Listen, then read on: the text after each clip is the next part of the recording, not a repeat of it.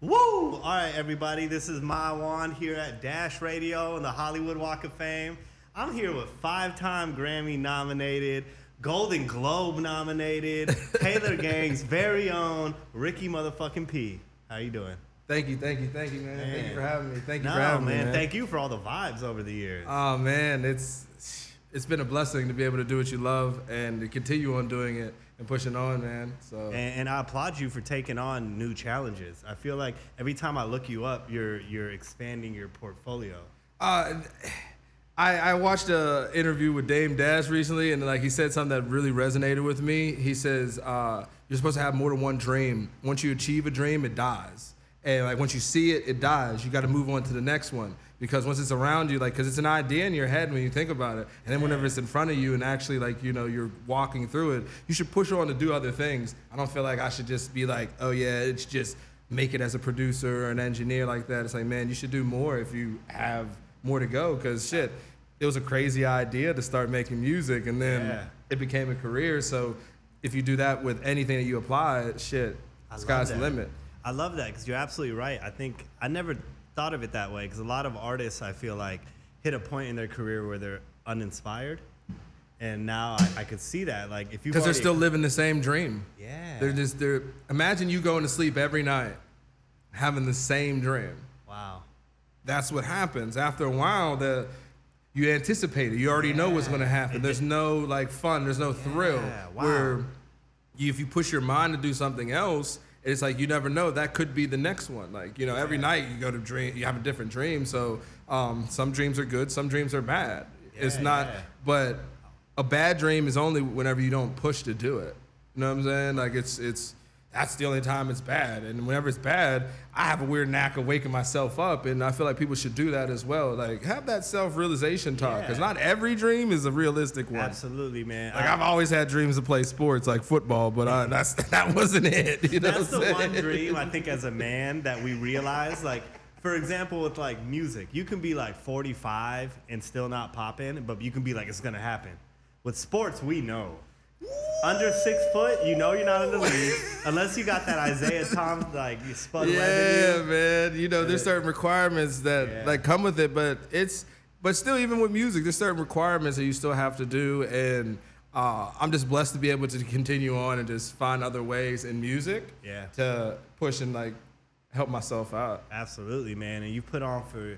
If I'm correct, you're also a Pittsburgh native, right? Yes, I am. Born and raised. From the city. Is that like a prerequisite to like fuck with Taylor Gang? Like, you got to be from the city? No.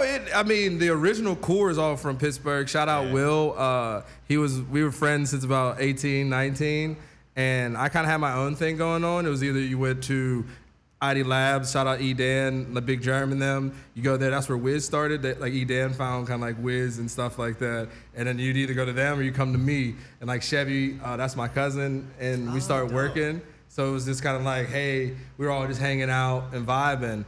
And it was like, hey, wanna be down? And like, hell yeah. Next thing you know, die, dog. For sure. I tatted it on my face before I signed a contract. Really? Yeah. You got this on your face Paramount. Before the contract. Paramount. What's that, room A? That's upstairs in Paramount. Yeah, we were finishing up the Black Hollywood album, and Wiz was getting tattooed in the studio, and we were talking for months about getting a face tat, but I was like, I don't know what I want to get. He's like, you'll figure it out. You'll know what you want. And we was in the studio, and it was right before we even got there. And I was like, F it, I'm gonna do it. And I did it. Like, it was just me and the tattoo guy, because it was his tattoo guy. And I tatted it. He came in, he was just like sitting there chilling. Took him a second to know. I was like, wait a second, you did it? It freaked out, and like that was like, ever since then, it was like, yeah, man. I feel like at that point, they had to bring you on.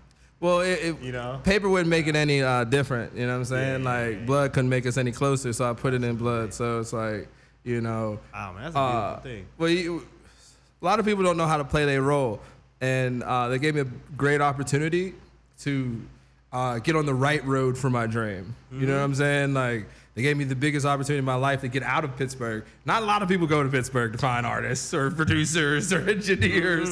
So it's like, you have to call a spade, and it's like, they gave me a huge opportunity, and I bought into the cause, like the whole Taylor Gang aspect, the whole family aspect, the whole grind aspect, like the whole message. I just bought into it. It's just like whenever you go, like, since we were talking about sports, like a college football recruit, what do? You give them on, like, you know what I'm saying? You bring them on a tour, come in, they get to visit the school, all that. You put them with their favorite athlete, and let them go party with them. You give them the whole experience. You go to a game, you get to sit there on the sidelines, see everybody screaming, all that shit. You get the feel, so you get to see what you're buying into. And it was kind of like one of those things back in the city. It was just like, all right, bet I got to see what I'm buying into. And it was something that, like, yeah, I'm investing in every coin. No, it's a no-brainer. I think every artist and producer around that time, even now, that time specifically, you got an option to fuck with Taylor Gang. I would have had that shit tatted on my forehead too. Like, bro, like, you know, Wiz was on fire. He's still on fire, I believe, you know. No, it really is. And at that time, he was just so fresh doing this. Everybody was so compartmentalized, and it was like weird. We were just talking about a digital conversion changed a lot of creative. So there's some people that like went with technology, and then there's the other people that kind of like slowly like kind of got there. Wiz was always with technology. He was doing his own vlogs before vlogs were out. Like, he was shooting them. Him and Will. If you watch the first like season of his Day-to-Days, that's him and Will. Like, shout out Will. Will does no editing too, shooting, editing. Yeah. Look, Will would shoot it. Wiz would edit it. If Will wasn't shooting it, Wiz was shooting it. And that just a testament of like doing more for yourself. Yeah. Like, not taking no for an answer. If you couldn't do it, figure it out. And that's what I really bought into the whole Taylor Gang thing, was just like, I seen a lot of people not taking no for an answer, figuring out yes and making it happen. So it's like, easy. Easy call. Easy call. Easy call. The rest was history, right? So I got some questions for you. I first want to give you a gift. I do this weird thing where it's not weird. It's nothing crazy. I give a album to every artist I've that's interviewed. awesome. Yeah, I give an album. I have a CD collection upstairs. And when I read your bio, I was like, oh, I've been holding this album. I skipped out on giving it to a few cats. Okay. And I felt like it fit right with you. This meant a lot to me growing up. That 3-6 Mafia. Come on. Let's go. Let's go. Unknown. Let's go. Man, you know, I could probably rap majority of these songs on here. Shout out to Juicy J. Shout out to DJ Paul. Right. Literally, if it wasn't for Juicy, I probably wouldn't have started making trap beats or like dark sounding beats and shit. Like, how cool is that? So you grew up off 3-6. Like, you love them, right? Yeah. And this is so hard. Yeah, so I looked up your age. We come from around the same time. Yeah. And that was I listened to like Sippin' on some Scissor and all that too. But this was the one when we were younger. Yes, they had a lot of iconic videos out of this shit. Stay Fly. Half on a Sack though is one of my favorite songs in the world. Shout out Juice. I sent it to you. We should pull that song back up. I remade like me and my homie, shout out Z Cook.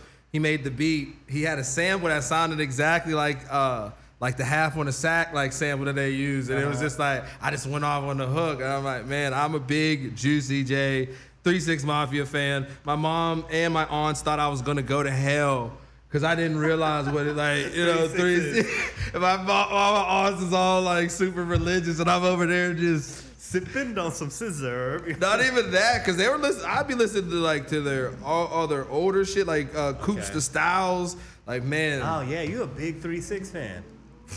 So I wanted to bring up, it must have been, so just so I know, and I try to find out through research, were you with Taylor Gang before Juicy signed? Or was that after? What came first? I was around, like I was just like one of the homies that go on the road or just like anything like that was like necessary when they brought Juicy around. And that time I was working mainly more with like Chevy and stuff, and I was like on the road with Chevy, showing up with Chevy.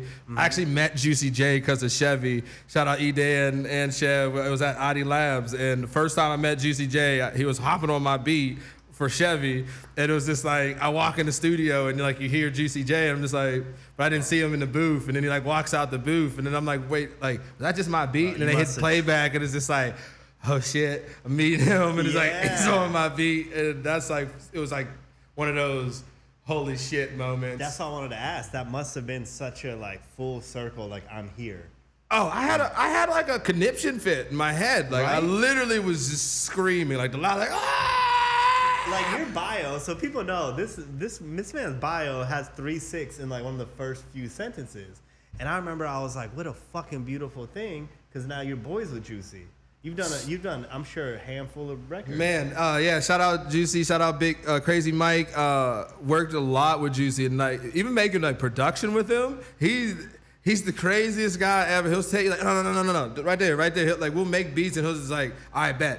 Give me this part, and he'll take that part, and then he'll just start tweaking it. He'll be like, how the hell did you? And I'm not even gonna ask. I'm just gonna bask in this fucking ambiance. Yeah.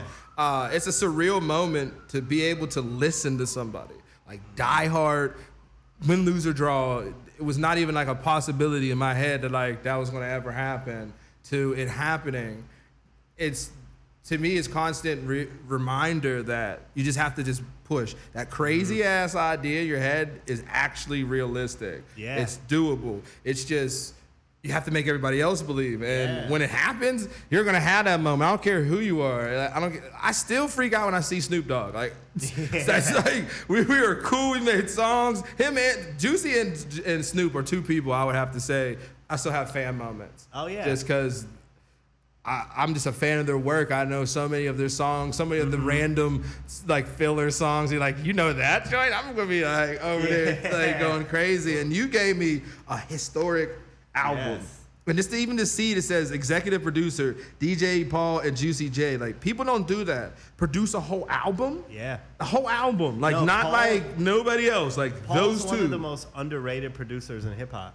And I Sure. think because a lot of people overlooked that he was producing 3-6 because you hear him rapping, Mm-hmm. so you're like, oh, he's a good rapper in the group. You don't realize he was producing as well. It's hard to take away his frontman capability because he was such a frontman. It's like, oh, you're just like, when you think of like 3-6, you automatically think of DJ Paul and then Juicy J. And at that time, there was like a thing where you'd have like a rapper and a producer. Yeah. Or like a rapper or a DJ when they came out. Yep. So whenever like they had DJ Paul, people just felt like, oh, he's the guy putting it together, kind of rapping, but Juicy J's the beat maker. But it's like, no, they both were over there DJing, scratching, doing all that shit. Like Juicy J still put scratches in all his beats. Like when you hear that stuff, like that's actually him. Yes. On the ones and twos? Yes, they don't play. Like, there's not no like sound effect where you're just hitting it like copying and pasting. Like, send it to someone on the team. No, them. That's where it's just like they both don't get their credit. They both don't get the credit. Absolutely. Like people give like odes to them because a lot of people flip their songs. A lot of people flip Juicy J and them songs. And that's a test to them as well. Yeah. Because they get all that publishing. Bro, when I saw I ran into Paul. I don't think he cares I bring this up. I ran into him right after the lawsuit came out with Travis.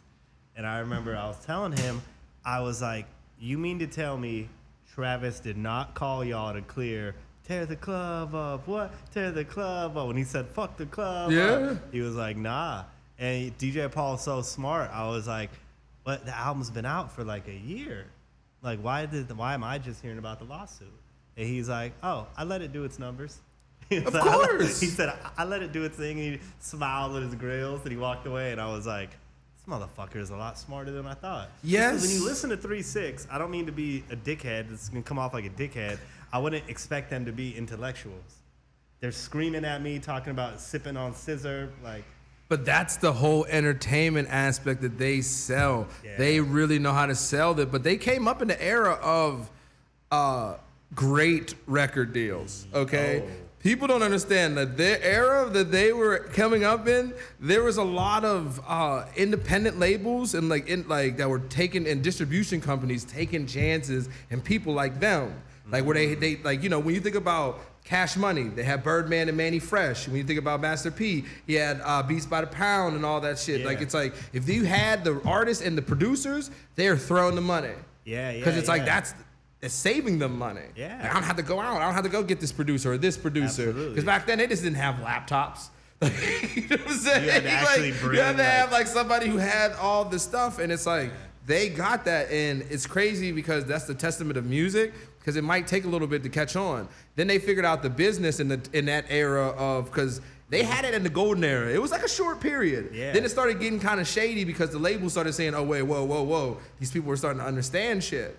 Then when it comes, because they were samplers. They sampled a lot of songs back in the day. So they're going to be well rehearsed in people sampling them. Absolutely. Because they had to deal with all that clearing samples and all that mess. So it's like, oh yeah, bet you want to sample me? Oh, that wasn't an interpolation. That was a sample. Like you literally only changed one word. You took our stuff, and you have to let it do its thing. Because say you just hear it first week and try to sue them, you're not gonna get no money. Yeah, What's exactly. that song worth? Exactly. What's that song worth? But then all of a sudden the song go up. Oh, That's run me what that Ross tab. did. Rick Ross, LMFAO. Yes. Every day I'm shuffling. Yes, That motherfucker yes. Ross sat back and waited for it to fall off. Trinidad James. Bruno Don't believe me, Mars. just watch. Like, come on, he Bro, got. not everything. You like a music, bro. Come on. I met another music encyclopedia. This is so fucking exciting. Yes, yeah, I man. love music. I that's love one music. But you know what? Shout out to Uptown Funk, because I remember I knew people doing media or press for Trinidad. Mm-hmm. You know, like shout out to Trinidad, but he was not doing his best at that time in life, or just financially. I remember people would say like, "Oh, I went to Trinidad." Like he's not, you know, it's not popping over there anymore. But then Uptown Funk, man, he's eating for generations off that. For sure. And He basically wrote the song. You know, like it's all him, right? No, yeah. Yeah. So the cool thing about that is, shout out Trinidad, great dude. He went on tour with us, fashion icon. Yeah. He's a testament of what happens in the music industry. A lot of people don't understand. Like, you got to think about when he came out with like All Gold Everything or whatever. Like, that was his last song on his project. He like put out like an interview, like that was the last song of his project. Didn't even think about nothing of it, and that's the viralness. Like he was like one of the first people to go viral. Yeah. Like actually viral from this video, and then it's like it catapulted him like straight to the front lines. Mm-hmm. Like it wasn't like, you know, he was like a mixtape artist, but he was like really like that fashion guy. Kind of like, you know, you go to him in Atlanta, like if he'd always have like the, oh yeah, this is the next trend, the next trend type shit. Oh, I didn't know that. Yes, he was a little fashion barista, shit. like you know whenever the guys who know how to put that shit on, they would go to him, ask him for like the next wave, and then he was in that like the whole scene. And obviously, if you're working with artists and shit like that, that man took it like a song and went and took a career. But then also in the music industry, unfortunately, we're in the analytics era. Yeah. So he didn't have a follow up, you know, because that wasn't the hit. That wasn't the single in his head. Well, and I actually always feel bad when, like, I was worried for Lil Nas X, for example. He came out and Old Town Road went so fucking crazy. Whew. I give him a lot of props that he was able to follow up that record a few times. He was smart because he stuck with his original core production crew. Shout out Take a Day Trip. Those guys like killed it with him. Like he found his sound, like they worked on his sound. It's like, okay, cool. Old Town Road had its like whatever, but then he found a production team that really knew Panini, him. and they hit him. Yes, they just kept following with just natural, just music that comes from him. He already had the fan base set up from that Old Town Road, had all the kids. Yeah. The kids, man, when that song went, everybody's nephew, niece Everyone, was sitting there singing that shit. I bet every teacher was so mad about that song. But like, Lil Nas X is smart as shit. Yeah. He's a little kid that like understands the internet and he understands like how to get you engaged. Yeah. If you notice, he knows how to get you engaged, whether good or bad. Because once I get you here, now I can educate you. Every time he drops, he breaks the internet some way. Yeah, And but he it's also rarely educates people. No, definitely, like, because a lot of definitely. people don't like his edginess, but it's like, dude, like, he at least shows like, everybody focuses on the wrong thing. There could be edginess here, but like you can't do edgy right here. Like, what's the difference? Like, there's so much comparison that it's like, man, aren't we all selling art?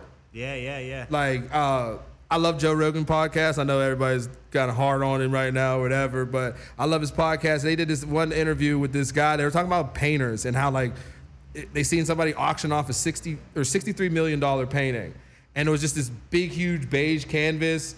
Red splatter. That's it. And he was like, what's the difference between that and all this stuff? And then like, you know, obviously the artist, he passed away. It was like a certain thing. And they're like, oh yeah, cool. But then they showed another picture. crazy picture. Like, oh, that's nice. He's like, oh yeah, that's from my 12-year-old daughter. And it's like, who's to say which one should be worth that? Everybody else is sitting there saying like, oh yeah, that's it. So it's like for him, I feel like he does a lot with his art. It's like, well, why can't I be edgy? Like, I understand it might not be for you, but I wasn't making music for you. Why are you bothered by it? Yeah. If it's like, you know, and it's the same thing with anybody. Like 3 6 Mafia and them, they were talking about some wild stuff. Half on a sack. He's talking about blowing coke. Half on a sack of some blow. Like they're talking about copping some blow and going and doing bag, it. DJ Paul. Like, you know what I'm saying? So, I mean, their what's first the difference? record, they were one of the first people talking about lean the way they were. Juicy J has a hit that they still say, you know what I'm saying, like Slava my knob. That was at he's 17, 18 years old, still playing. Get flipped every 2 years. First rapper to say lick on my butt, okay? Like he was saying this in the 90s, so what's the difference? Wow, yeah. No, seriously. No, and nowadays, if I would say that in front of my homies, they'd be like, pause, or like, you know what I'm saying, in this weird industry that we're in. But it's like, man, like what is the gradient that we can sit there and say this is cool, this isn't? Because it's still, like I said, it's subjective. Yeah. Everything is subjective. Absolutely. Like, who would have thought All Gold Everything was a hit? No, absolutely. I think with Lil Nas, a lot of people are just upset with how, and not me, I'm just saying the way I see it, is a lot of the older generation specifically, the people who grew up off like the Rakims and you know what I mean, and gave up on hip hop. Yeah, the guys who got lied to. So, the old heads that got lied to, that are all bitter and still stuck in their time because they got lied to, and then the younger generation has more access to information, and they're starting to realize the stuff that they were taught was some BS. Yeah, that's true. The very homophobic trans type community. Yes, like no, seriously, like all those guys that are worried about him, like why are you worried about him? Exactly, he's not dissing y'all. Yeah, actually, he's not even like he makes like a new style of music. Rakim could never. Yeah, you know what I'm saying? Like I love Rakim. I love Rakim. He's a great lyricist, but he could never be this harmonic. No, definitely not. Like, think about the stuff that he was doing on Old Town Road. Granted, it might sound simple, but like a lot of those guys back then could never. No, and vice versa. Definitely. You know what I'm saying? I would never want to be able to record somebody like Rakim time, being an engineer at that time. No, cutting tape. Well, even just like the concept, like no one was rapping like raw back then. So like you said, it's like you couldn't put either shoes. No, but we gotta get into your music, man. Hell yeah. We gotta get into some of your successes and some of your wins, and there's a lot that we can cover. I want to start with the song, if you don't mind. For sure. See you there. Right. See you again. I'm so sorry. I'm not even gonna edit that. We'll leave that. See you again. See you again. I actually wanted to ask you about the record, and so. Did Charlie Puth bring that record to y'all in the original format, and then Wiz rapped on it? Oh man, that's a movie song. So I don't know if you know about like movie songs. So they movie companies will go get a list of producers, find a whole bunch of beats. Then they'll have like ideas of like, hey, this song should be about this. They'll have like, just like, you know, kind of like commercials or anything like that. This is like the mood. They'll give you a list of words and stuff that they would, and key phrases that you potentially could throw in there that like kind of tie into what they're thinking about. You know what I'm saying? So it's like they give you direction on your writing. And whenever Wiz got it, it was like Lil Wayne was on it, Trey Songz was singing the hook, all this shit. There's like a couple other people on it. And but that's how they do. See You Again had Trey on the hook. Yeah, it had Lil Wayne, it had Chris Brown, it had like a whole bunch of people like taking a stab at the song, which most like movie songs, that's what they do. They'll literally give the same song to like 100 people and see whoever gives the best verses, they'll put those verses on. And so it was kind of like one of those things. Wiz had an open verse, or they left the open verse for Wiz. That was a crazy time. There was a lot of like wild things personally going on for everybody, and we were at the compound whenever Will was asking Wiz to do this verse, and he was asking Wiz to do this verse for like, I don't know, like a few days, and there's a lot going on, and Wiz just kept pushing it off, and we were over at Snoop's, and shout out Snoop, it was right whenever Uncle Junebug passed away, and we were just over there in this soft ass, like, most like natural, just loving environment, and it was just like, we could all be vulnerable. If that makes any sense. Like you're around like some of the most like strong men, you could sit there and be vulnerable in that time. And I feel like that's why his verse came out so good, because we were just sitting there, everybody was just having like real talks. before he even went in and just started trying to write this like verse. And he was like, we were having all these great talks. He went and did his verse, and we set it in. They're like, they scrapped everybody. They're like, they put Charlie back on it because I believe he originally wrote it and did like the reference. And they're like, no, you sound good. Yeah, he sounded the best. Wiz do another verse, so he did another verse. So and hold on. We got a few things I want to clarify here. So one, no disrespect to anyone who's taken off the song. Sometimes it doesn't fit or they literally that's how they do it. It's just like they literally will take 20 Chris people. Brown had a stab at it. Yeah. Trey Songz had a stab at it. Shout out to Charlie Puth, like that. The way he Yeah. did it. Well, shout out to Charlie because Charlie's been killing the game for a long time as a writer, producer, but just, you know, he's not a credit boy. There's a lot of people that be out here credit boying, but he has like hits.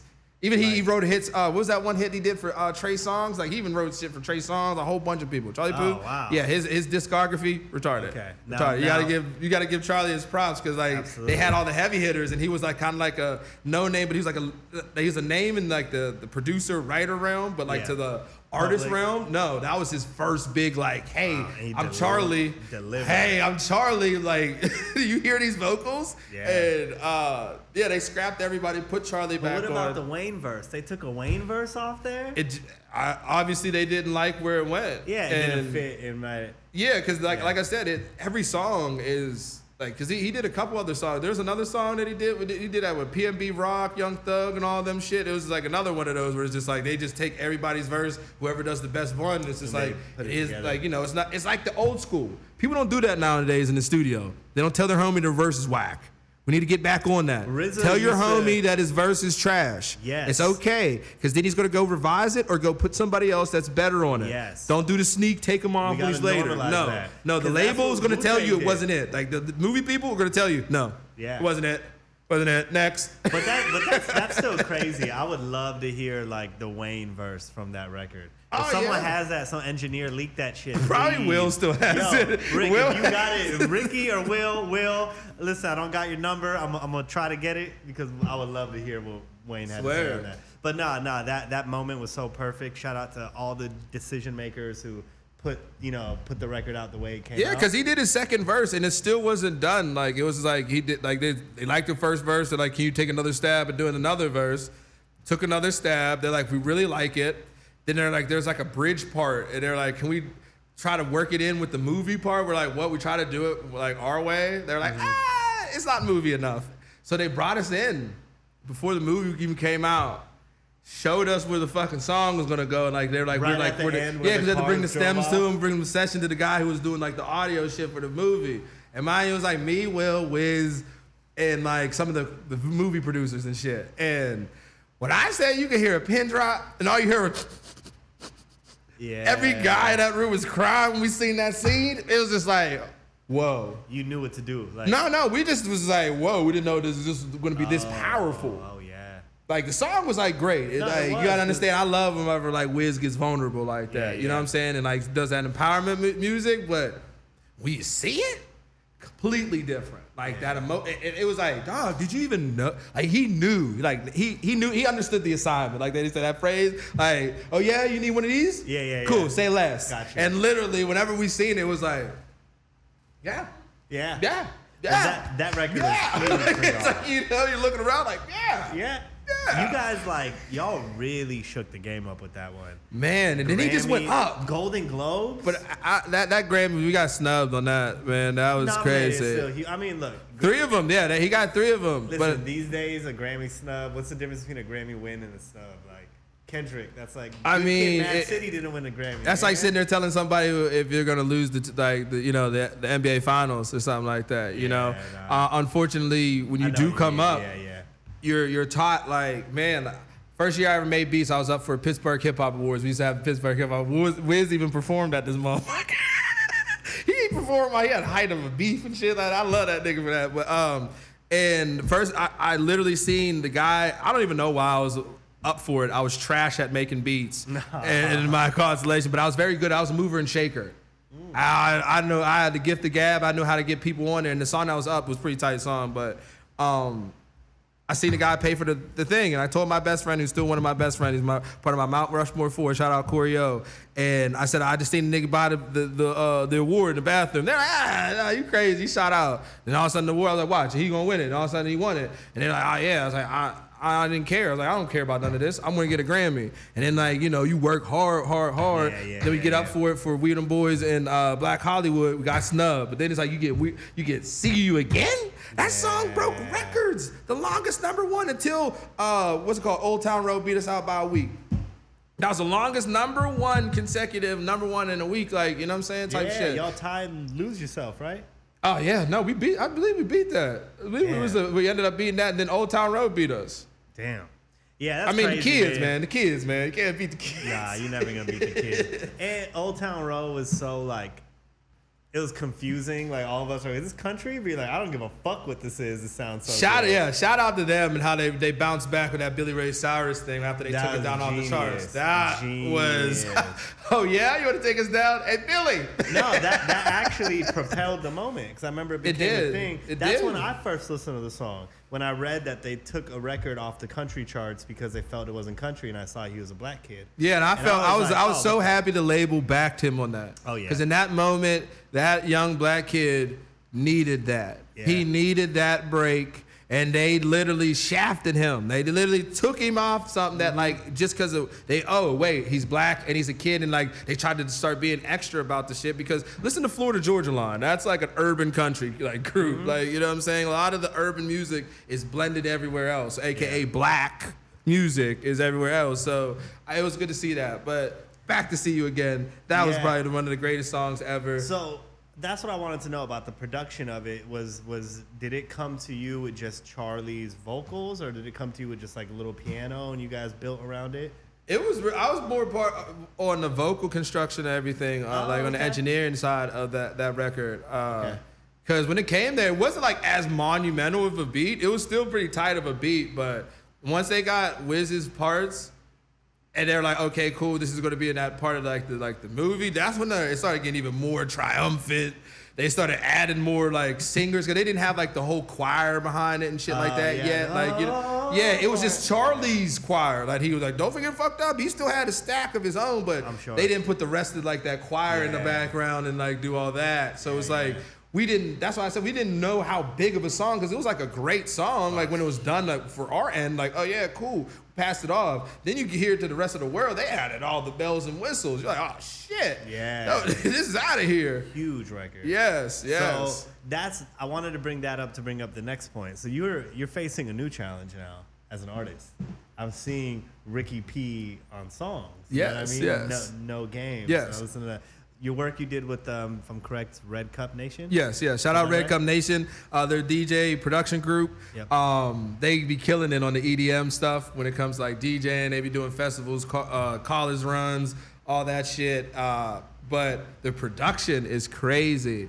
And we started this project in it's called No Games. If y'all don't know, it's out now on all streaming platforms. Ricky P, Red Cup Nation. We got a single. 3 for 3 on that. Thank you. Boom, boom. All of them are really dope. No, because the whole sequence, because it's like pandemic. I just started a studio in 2019 with my business partner, Kush Factory Studios. Yep. And we just got done building like our main room week before pandemic. Like whenever they shut the world down, like, we got done, like it was like February 23rd, and then, they shut the world down like the first week of March. And so all my label sessions was done, and I canceled. They just said to be continued. So we started working on the project in like May of that time. After I was on like a crazy mushroom cleanse, like sitting there just like I had all the time in the world.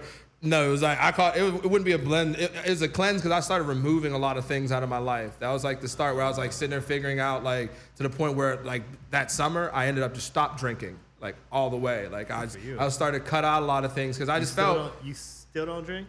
Yeah. Good for you. Year and 9 months. I was gonna ask you if you wanted a shot when you walked in. Yeah, year and 9 months. I got in my bag, got my, you know what I'm saying, my coins and shit like that, sobriety coins, all that. But we were sitting there like vibing, and they seen me at that point. When I got my publishing deal from Sony BMG, they put me in a lot of writing sessions, and then I started doing writing songs and shit. The song on Rolling Papers 2 with Snoop Dogg, Penthouse, I co-wrote that shit. Oh, so it's like, yeah. So there's like a lot of things that were like, okay, cool, behind the scenes, I'm doing more. Because as a producer, you're not going to make all the songs. You have to find a way to get on the song. So it's like I was trying to do that. And I started getting a little like success like on the Taylor Gang Volume 1, on 10, all that. But then it got to that point where like during pandemic, I was like, nah, I'm going to go crazy. Because I built the studio. Tori, that was whenever Quarantine Radio was going. He was doing started at my studio and shit like that. That was at your studio? Yeah, so it's like we started before he moved it to his spot because they shut down everything and he just did it at his house at Miami. But when he first started doing that shit, it was at our studio. So we were just sitting there and like I was working on him, Trippy, and I was there. They were just hearing my music. They're like, yo, this shit's hard. So I'm like, fuck it. If these niggas are saying it's hard, I gotta work hard. No, it's not like it's hard, like, cause they like it. I understand what they like it for too, because they like the inspiration. I've always been like a sauce guy, giving you the sauce. If I'm not in the room, I'm gonna give the sauce, whether I'm making the beat or not, I'm gonna be giving that energy. So I was like, I took it as, okay, cool, I have the starting block. The Red Cup Nation, shout out Perry, that's one of my friends, they're all from Philly too. So it's like I'm from Pittsburgh, Philly, and like we always had that PA connect out here. They came through. They showed me that they've been making beats, and like I've always liked their beats, but I feel like everybody would play them to the side because they're great DJs. Yeah. So it's just like people are like, do that DJ shit. Stick to that. Yeah, that. Exactly. Where to me, I was like, yo, you always had the shit, and then they came through, and it was like, whoa. Like I gave them like some drum kits, some like pointers, and usually when I give people stuff, people don't go in one ear and out the other. They just think I'm just trying to say some shit just to spin them. But then no, I told them some shit. They came back, shit was hard. So I was like, oh no, we got to make some shit. And they're listening to my music, and they believe in my music just like how I believe in their beats. So it was just like, all right, bet. We started working on things, and this was like whenever I was leading up to like cutting out the bullshit, understanding like certain dreams die. Yeah. I got 5 Grammy nominations, Diamond Plaque. What else do I got to prove as a producer or an engineer? I started a studio in Hollywood. I'm from Pittsburgh. You feel me? What else do I have to prove in that realm besides winning that hardware, which we already know it's not like the NBA. It's not the best of the best get that. It's still you have to go to these meetings, circle jerks. There's a whole bunch of political stuff. Jerk. Yes, yes, it is. Yes, it is. It's just literally that's all they do. And so it's like I understand. It's my favorite thing. I understand. So it's one of those things I had to look at like what am I good at? I'm good at making music in general, and I feel like I made it as a producer engineer. I could do this as an artist because I record myself, I produce myself. If I'm not producing it, it's the people I produce with who I help get placements and stuff like that. It's like the people who believe in me, they believe in me for real and like when I'm going to the next step. And we create magic all the time. I've been creating magic. So you can't tell somebody who's been making magic and saying poof and then this shit just starts popping up that you can't do it. So it's like, I bet. During the pandemic, I just started trying to maximize my time, and No Games came up, and that was like the first project I finished. Unfortunately, Tori had this little situation going on, because literally, like, I had a birthday party, it was crazy. That party during, like, we're about to drop the day-to-day of it, like, that birthday party, insane. That was whenever lockdown was still on, and we had it, like, jam-packed, and then it was, like, literally, like, a week after that shit happened, and I'm a firm believer in don't let plans die out. Plans can fail. But if you already have a strategy with multiple plans, you could always revise them. And so the plan is just to like, make music and give people this music, because at the end of the day, if you like this, come to my studio. If you don't want me to be on the song, I can give you this song. Because I'm still a producer. I'm still an engineer. Like, I still my go-to, but like when it comes to the artist stuff, I could do it too. I could get Wiz Khalifa and Tory Lanez on the song without anybody else doing that. Which is super dope. You know what I'm saying? Yeah. Like, so that's where I'm at now, is trying to just make the music, because I really love it. My apologies, one of my employees is at you good. The gate. That's a dope flex. You said one of my employees. Yeah, you're not a boss until you pay people. It's facts. And you're not a boss until you have to pay taxes. And too. that shit, I can't attest to that one. You're not a boss, okay? No, unless you're right. Paying people, man, is a whole different. I have a lot more fun as an employee than I do. Yeah, you as get an paid employer. last when you're the boss. You get paid last, and especially in the music industry, due to Net 30. Whenever they just get to tell you, they get up to 2 to 3 months just to acknowledge your invoice, just to let you know I got it. Yeah, I got it. Yeah. not to pay you, so it's like, you know, it's hard for a lot of these up and coming guys. And my studio is definitely a place. Shout out all my guys, Garrett, Priya, Justin, you know what I'm saying? Like, as my engineers, like, I cash them out, you know what I'm saying? I'm not gonna have them wait. I just literally just got paid out from a session that happened last January. Damn. You know, imagine. But you pay your people. Yeah, I pay them first. I pay them before they leave. Before they leave. Wow. Don't happen like that. It don't happen like that. You gotta chase your money down, man. Yo, you better have a mug that says Boss of the Year. No, like I don't want. No, I'm a team player. Okay, well, I'm gonna bring you that mug. Like, cause the boss is really like my studio, business partner. He's the boss, cause he is the guy that literally he sat down. You ever see somebody write on a napkin, draw up a studio on a napkin, and it actually happened? He's like, yo, we're gonna start the studio, cause we were talking about it, but he's like, no, this is how it's gonna go. Drew it up on a napkin while we're smoking, and it happened. He has 3 patents, all that shit. Like, when it comes to boss moves and understanding shit, like I run the studio, but when it comes to being a boss and understanding business, he teaches me how to really run businesses and shit like that. And it's like, man, shout out Sonny, shout out Kush Factory, but like that, shout out Sonny. To be able to be a boss, you have to be under a boss, man. You gotta like learn from bosses. You have to be sitting at the table of bosses, like all that, because that term got played out. So I'm just a team player for real. Yeah, I like that. I like that role right there. You know, you gotta call me a captain, none of that shit. Cause I still do the runner shit. I'll still clean after sessions and shit like that. Most of my employees are gone. I still clean up the studio. Damn. Like, I still have no pride of that. Like, it's like, even after the Golden Globe nomination, that's what makes you better. That's what makes you, that reminds you of the hunger. The hunger is what gets you there. It continues through the fight. It must be humbling, this new part of your journey, because as a producer, as an engineer, no one can tell you shit. And as an artist, no one can tell you shit. Actually, no. As an engineer, everybody tells you shit. They don't actually tell you, barking at you, like, come on, punch me. You have actually. Oh, no, I know what you mean. Like, when it comes to me as a producer, engineer, it's hard to tell me what. Well, I was gonna say, like, it must be so humbling now taking on this challenge as an artist. For sure. Kind of like, you know, I'm starting fresh. Exactly. I'm at the bottom of the totem pole. You probably go. I'm at the bottom of the totem pole. As a producer engineer, I am Timothy McVeigh. But when it comes to Timothy McVeigh, I'm a serial killer, boy. I kill it. But no, when it comes to being an artist, that's the beauty. I'm starting out with all the other guys. Yeah, I might be Ricky P. But that's you enjoy that. It's exciting. I thrive on that. Really? Okay. I thrive on that. Like I love our team. Shout out Michelle. Shout out. She's right here. You don't see her on camera. But shout out Michelle. Shout out Seth. Shout out Will. Shout out Irving. Shout out everybody, man. It's funny because a lot of the ideas at first when we were trying to like figure this out, it was like going the approach of like already established artists. But then I'm like, no, I'm not an established artist. I'm not too shy to doing everything. Yeah. Stuff that you have to do, like, because they're gonna be like, wait a second, aren't you? Like, yes, I am, but now you're seeing me in a different light. Yeah. So like competitively, I'm with it to competing with everybody. Like I'm ready to compete, and I'm letting the music show for it. Yeah. Like, you know what I'm saying? And like how you said, when I came out with a quick 3-piece, no games. You know what I'm saying? Started with the first one, right one, where it's like, you know, talking about male pressure on a woman. You know, all that women be sitting there saying applying pressure and all that stuff. I'm showing men how to apply pressure. Like, you got to like sit there and like put it into fruition. Then you got to go with no games around your homies, around all the, you know what I'm saying? The niggas that bring the bad, you still reminding her that she's the one. You know what I'm saying? And then you get the used to. We break it down to her. This is the most crucial part where they all miss out. Damn, I didn't realize that was like a yes. If you go, when you listen back to it, you're gonna be like, oh damn, right one. I'm sitting there telling her like, yo, like, cause you know, men from our line of life, it's hard. We're the lottery pick guys, so a lot of women don't look at us as like, you know, when we're trying to apply pressure, like, I don't know, you're a little producing your rappers and shit like that. But it's like, okay, cool. I'm just letting you know, like, I feel like I'm the right one for you.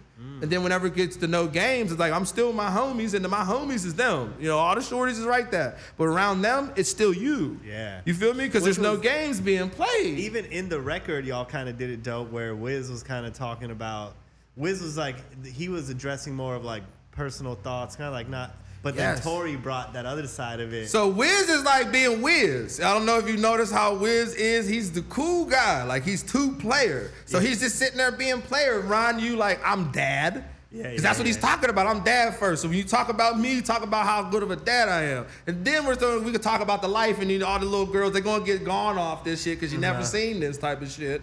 And then it gets into me where I have like the whole like, yeah, I'm out with the homies. You know what I mean? I still see you. Yeah. And then Tory, he coming with that Tory. You know what I'm saying? Enough said, that Tory. Yeah, he know? comes in with the Tory. So it's like, it's a blessing because everybody knows each other. And it's like, to have that type of flavor. And especially for somebody like me coming out the gate, like those are heavy hitters. Heavy hitters. Wiz is a GOAT. He's a legend. Tory, he is one of the hottest, if not the hottest R&B artist right now. You know what I'm saying? Like he's hot. Even through all the turmoil, he is still dropping what's crazy heat. To me though, about Tory, something he said this to us when he went independent.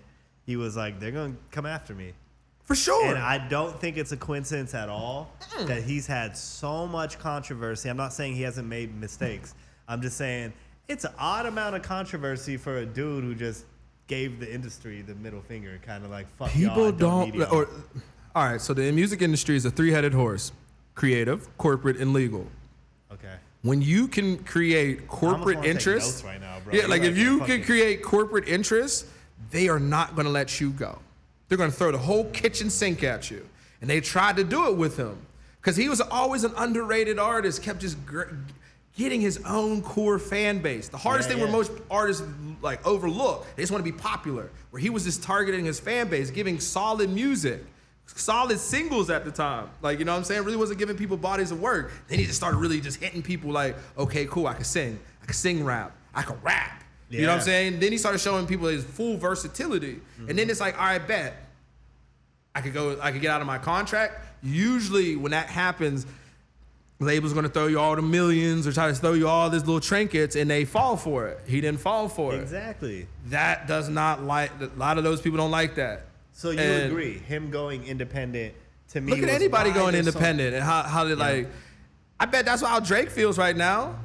Like his deal's about to go up. Like, you know what I'm saying? He's about to be able to like, look at NBA YoungBoy. Look how much issues he's having before his actual, like, he's about to get released. They kept seeing how much he drops music and how much it counts as projects because they thought they were just only going to get mixtapes out of him. Yeah. Like the scene does not like that. It's a three-headed horse.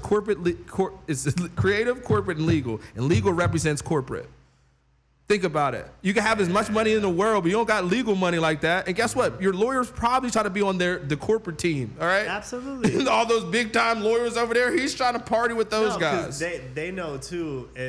If I'm a lawyer, unless I know the artist and I fully I know what kind of human you are, I don't know what's gonna happen with you. You might, you know what I mean. The label. They want to go circle jerk. Okay, they want to go do that. Like you. It's just the same thing with like a producer that's producing for some cool guys. All the up and coming guys. Let a Drake come around and like he like your shit. You don't think he's gonna? Yeah. You don't think he's gonna hop shit? You don't think that kid who's over here? All right, guys. Well, my first main beats, I gotta give it to him now. Yeah. You know what I'm saying? Because he's been dying to get over there. You don't think your attorney's been dying to get on that winning team? Yeah, absolutely. Those guys who make those big, huge deals. So it's like, man, unfortunately, they have the way to sit there and contractually get at you. And if you have talent like Tory showing, you'll survive. You'll persevere. Oh, you'll be great. Yeah, you'll persevere. I'm glad that you agreed because I always was like, that motherfucker went independent and controversy has been chasing him ever since. Instantly, just all of a sudden. The way I see it is the machine saying like, let's see how long you live with all this shit being thrown on you because now you got to pay for PR out of your pocket. You got to pay for all this everything, out of pocket. everything, everything out of pocket, and everything. I almost feel like the labels are trying to make Tory go broke and have to sign the deal. Yeah, that's what happens because you got to pay for like how you said the PR, the marketing. You got to pay for video. The music video. You can't go backwards now and not be on. Oh no, you can't go backwards on the quality. Exactly. You cannot go back. You can't shoot run and gun videos that have regular like no. You have to fly coach. No, you have to keep up, and that's the unfortunate thing that they don't teach a lot of these kids.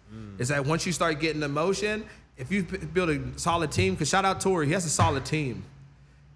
You can do the independent thing if you have the solid team, but it's going to be an uphill battle. Yeah. Like, I don't know if you've been watching any of these music seminars like Coach K, let people know it costs $250,000 just to get your song pushed on the radio market. Yeah. No. That's if you didn't beat the DJ pool. You have to put your song through the DJ pool first before you get to mainstream radio. It's not like you just like, radio station, Hot 91, play my shit. Unless you know a DJ that's going to play it on their show, it's not going to just be in the regular lineup. So it's like, you know, it costs a lot of money to play with the big dogs. And the big dogs don't like whenever you can make them money and you say, no, I'm just going to make my money. Come on, man. Like you got gems for days. You think these labels want us to be, but that's the beauty of all this. That's why I'm doing so much of mine, because I'm starting to understand that. Yeah. Boy, what? I was just behind the table. Man, I pay for all the videos, the clothes, the this, that, the jewelry, the cars, the this, all that. Like, it adds up. It adds up. And then you'll start being like, damn, maybe I should take this money. Because it's like a business loan. No one starts a restaurant out of their pocket. For anyone's ever You're spending somebody else's money. There's always an investor, and always. And I think the music industry is very similar. It's the same thing, just with a much more fucked up interest rate. Yes, and a lot yes, of, yes. That's what a record deal is. That is a record deal. That is literally a bank loan with a high interest rate. With connections, don't get me wrong. Like, whoa. That's what they want you to think.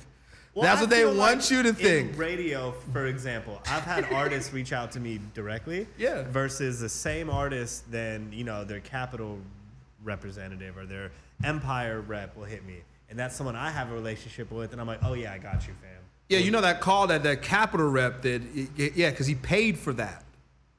That rep isn't just doing that out of the confines of his heart. Oh, yeah. Okay, so it doesn't come with that doesn't come with connections. He paid for that. That's an employee. So what do you advise? Someone who you understand. I actually want to advise you to write a book on the music industry, because there's only one book out. I'm sure you know. I'm Shoutouts. So like my book series is going to be more for the youth on understanding how to control their emotions throughout this stuff. The education part is from all my fuck ups. Like, I'm understanding all this shit from. We have a book called Everything You Need to Know About the Music Industry. Yeah. Written by. The yellow book. Yeah. Yeah. Donald Passman. Yes, she knows her fucking music. Yes, she does. Passman. Will lives by that book. Will lives by it. I throw that book at any of the young homies. First off, don't talk to me. Read that book.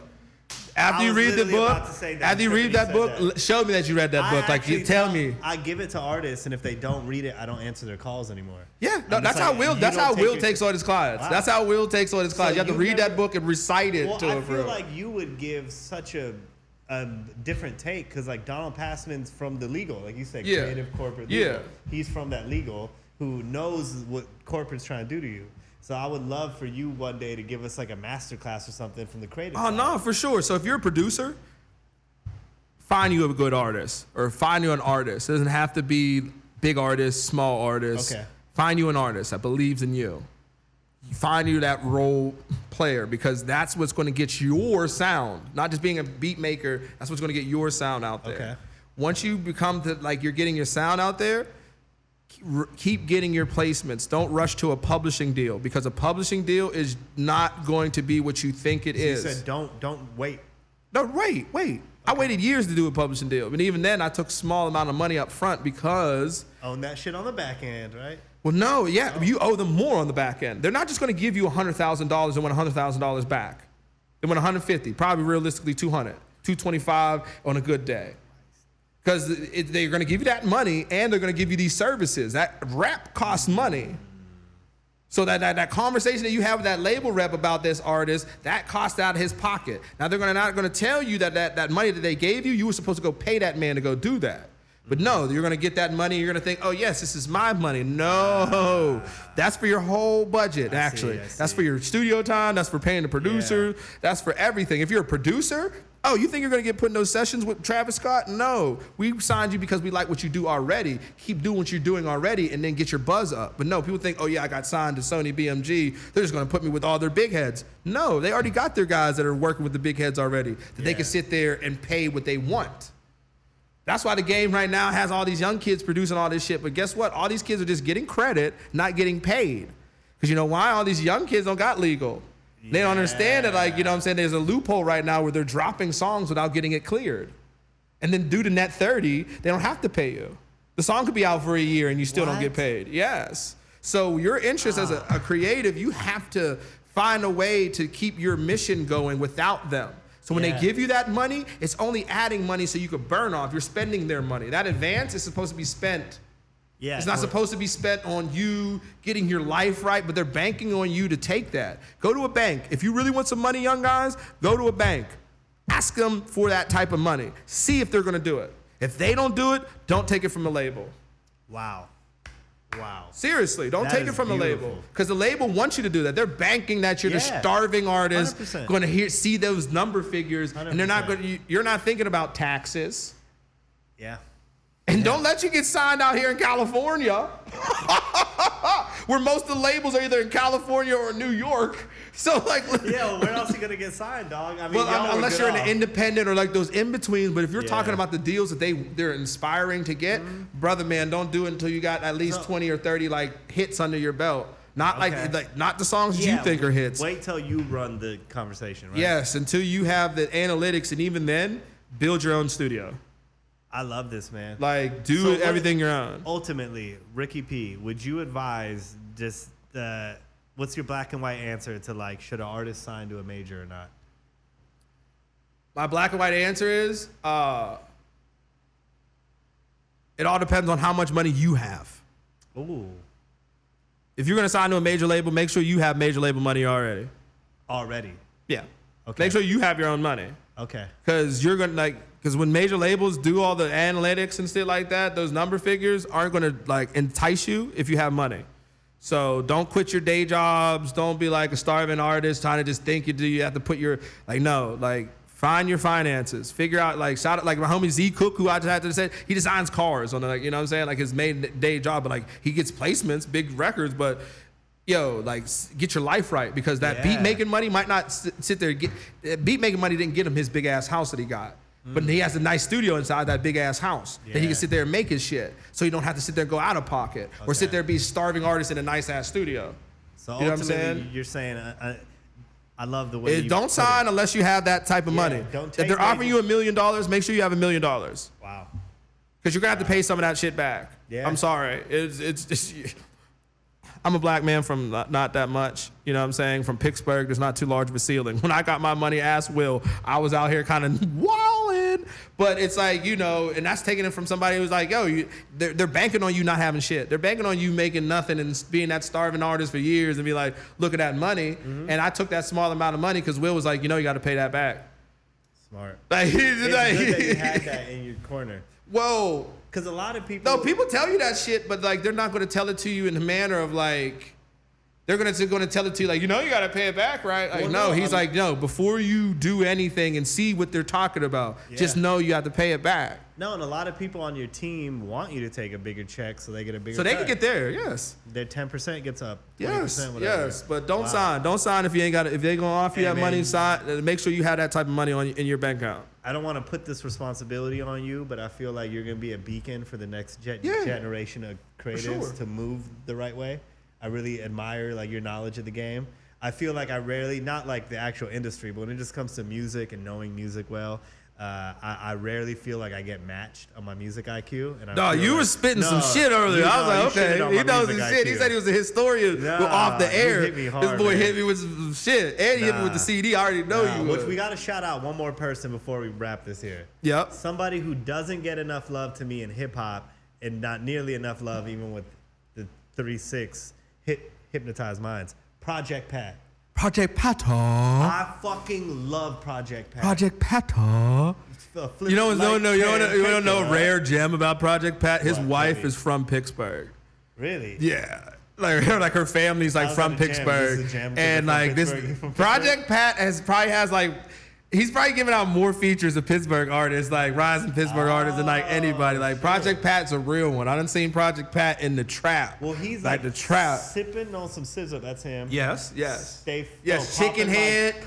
Like no, Pop My Collar wasn't him. That's not him. Yeah, they sampled. Oh no, they sampled him. They just sampled him. Okay. But no, that was him. And he did the original to International Players Anthem. It's called Choose You. Mm-hmm.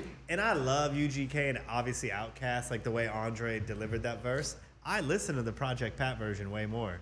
It's just something about Project Pat is a GOAT. He's a GOAT. They just look at 3-6, but like because that's the beauty of them too. Shout out Juicy. He pushed his brother as a solo artist even while they were trying to blend him as a group. Yeah. He was their solo artist. He wasn't part of 3-6 Mind. He was part of Hypnotized Mind, but he was a solo artist. He gave them a lot of sauce. So man, I felt like we couldn't big up 3-6. Chicken. Oh, I chicken fucking head. love Bro, him. what? He's also a person that a lot of people sample. They just don't know they're sampling him. They think they're just Drake and sampling. 21 did it beautifully. How 21, the way I'm assuming that happened was 21 did the verse, and Drake was like, like they knew he was doing a Project Pat verse. That was clearly, in the sound of Project Pat, and I feel like they called Pat to really put the ribbon on top. Well, Drake, he got that Memphis blood because his daddy and shit. And his dad was supposed to be here yesterday. Dennis, I hope you're okay. He didn't show up. We all got worried. I love it. Every time I see him out and about, he always good energy, boy. He always good energy. You can't take the ism out that man. You feel me? Yes, sir. What can we expect from you going forward? You gave us the 3-piece. Yeah, you've given us. I'm waiting on the date right now for my April release. I got 9 projects loaded up already. I just put 2 together 2 nights ago. 9 Ricky P projects. 9 Ricky P projects. This next one's going to be a solo one. This one is going to be 5 records. It's called No Other Way. Okay. No Other Way. Coming out April. Yes, April. Yeah. I'm trying to find a date because I already got a video for the first single, all that shit. Time, bro. You got what? It's the 5th? No. Listen, I could drop the video next week. Need to get this shit last week of April. Yeah, but I literally want to drop every month. The following, every month. Love that. If it's permitted, I already got all the projects done. They're already done. So from now till the end of the year, you come in with and half of them are already mixed already. Ooh. I'm just waiting on they already have the what's it called, the Dropbox links to each one that they can see what I'm trying to do, because that's what it comes with my team is I'm giving them this stuff so you can see what I'm trying to do now. And I got features with Snoop, Trippie Redd, I got more shit with Tory, and a lot more. So it's I'm excited, man. Well, as a fan first, I want to say I'm super excited. And, having met you, I really appreciate all the game that you gave me. No, we got to link up after this. I can sit there and shoot shit with you, bro. To the studio. Yes, no, please. You can please come to the studio. I got a CD collection upstairs. You want to go see it after? That's really no, for sure. I definitely want to check it out. I had 500 albums up there before I started doing this. Oh, no, this is hard. This is hard. Slowly going away. Ricky P, man, thank you for everything you've done for hip-hop. For pop music. Fuck just saying hip-hop. Hey, thank you so much for having me. No, thank you for coming through. No Games is out now. No Games is out on all streaming platforms. Got my boy Wiz Khalifa, Tory Lanez. I'm not playing no games. Tell you, it's Ricky P, the one and only. The nigga in the mirror can't even clone me. Yes, sir. All I gotta say, Taylor gang or die. Whole lot of gangs said no lane switch. You did? Boom. Thank you, man. That was fucking great. Oh, dog, you are really this music shit. You weren't gonna do nothing else. No, I don't have a plan B. I revised plan A. Because I've met so many artists who I know they didn't grow up with music to their core. You don't have to, but you have to. It has to be in your blood. You have to just wake up and want to just. This is the first time I met someone. I'm like, oh, he knows more about the game than me. Oh, bro, that's weird. When you have a manager like Will, who